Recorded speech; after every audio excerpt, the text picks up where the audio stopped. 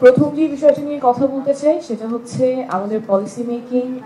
building on what Nibin আপা said must be evidence based but it must also address ইন্টারসেকশনালিটি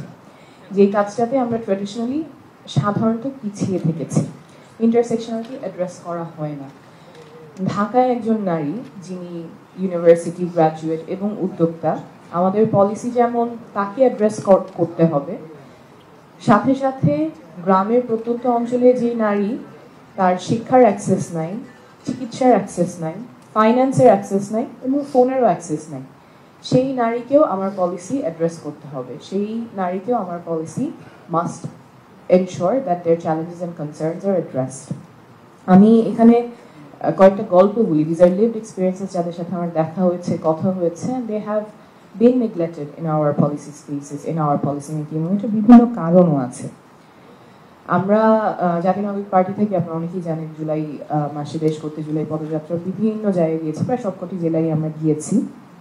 চুয়াডাঙ্গার দর্শনায় আমি jasmine আপার বাসায় গিয়েছিলাম আমরা জেসমিন আপার বয়স 21-22 এরকম হবে ওনার একটা ছোট বাচ্চা আছে 2.5 বছরের বাচ্চা ওর নাম হচ্ছে রাইসা তো রাইসা বাসায় ঘুরছিল আর বলছিল যে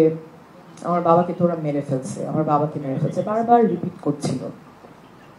ওর বাবা বাবু ভাইকে বিএসএফ দর্শনার যে বর্ডার সেখানে গুলি করে হত্যা করেছে কয়েকদিন আগে তো রাইসার ওই ট্রমাটা আছে এবং ওর মা জেসমিন আপা who is in her early 20s of course she's going through trauma but she's also worried about her future সামনে কি হবে স্টেট তাকে কি সাপোর্ট দিবে আমাদের স্টেটের কি পলিসি আছে তাকে সাপোর্ট করার মতো রাইসার যে নানু ওনার মা ওনার শাশুড়ি দে আর অলসো ওয়ারিড কারণ মেইন লিভিং যে main household earner he is গন এবং এই যে 21-22 বছর বয়সী জেসমিন আপা তার 2.5 বছর বয়সী বাচ্চা রাইসা তাদের কি হবে আমার স্টেট পলিসি কিন্তু এই জিনিসগুলো অ্যাড্রেস করেন না আমরা রাজশাহী রবিদাস পাড়ায় গিয়েছিলাম ওখানে আই মেট মধু রবিদাস দিদি ওনার ঘরটা উনি আমাকে দেখিয়েছিলেন ওনার ঘরে 5-6 জন একটা ঘরে ওনাদের থাকতে হয় কারণ ওনাদের রাইট টু ওন হাউজিং নাই উনি খুবই কষ্ট করে খেয়ে না খেয়ে ওনার ছেলেকে পড়াশোনা করিয়েছেন পাশেই চাঁপাইনবাবগঞ্জের পলিটেকনিক ইনস্টিটিউট থেকে তাকে পড়াশোনা করিয়ে এখন তিনি গ্র্যাজুয়েট কিন্তু ছেলে চাকরি পাচ্ছে না তো মধু দিদিরই উনি যে কাজটা করেন ম্যানুয়াল লেবার কষ্টের কাজ বাট ওটা করেই উনি সংসারটা চালাচ্ছেন she had hoped if she educated her son despite all her struggles her future would change but it didn't and she doesn't know if it ever will কারণ আমাদের যে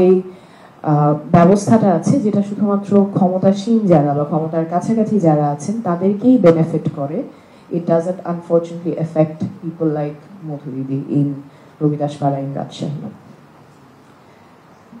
আমি বগুড়ায় শিমুল ভাইয়ের ওয়াইফ এবং তার মেয়ের সাথে দেখা করেছিলাম শিমুল ভাই টেইলার ছিলেন উনি দর্জির দোকানে কাপড় সেলাই করতেন গত বছর আমাদের যে জুলাই আগস্টের গণঅভ্যুত্থান হয়েছিল ওখানে উনি খুব সাহস করে ওনার আশেপাশের যারা দর্জি ছিলেন সবাইকে একত্র করে বলেছিলেন যে না আমাদের এবার নামতে হবে এবার আমরা দেশটা স্বাধীন করে নিয়ে আসবো he went out he got shot এবং উনি ওনার পরিবারের মেইন আর্নার ছিলেন উনি রোজগার করতেন এখন এটা আনফরচুনেট যে গণঅভ্যুত্থানের পরে আমরা যে কম্পেনসেশন প্যাকেজটা দেখেছি সেটাতে এই জিনিসগুলো অ্যাড্রেস করা হয়নি যদি মেইন হাউসহোল্ড আর্নার উনি যদি শহীদ হয়ে থাকেন তাহলে it disproportionately affects the women in that family তার ওয়াইফ তার মেয়ে তাদেরকে এটা ডিসপ্রপোর্শনালি এফেক্ট করে how are they supposed to then carry on ওই জায়গাটাতে কম্প্রিহেন্সিভ একটা নিডস অ্যাসেসমেন্ট প্রয়োজন ছিল যেটা হয়নি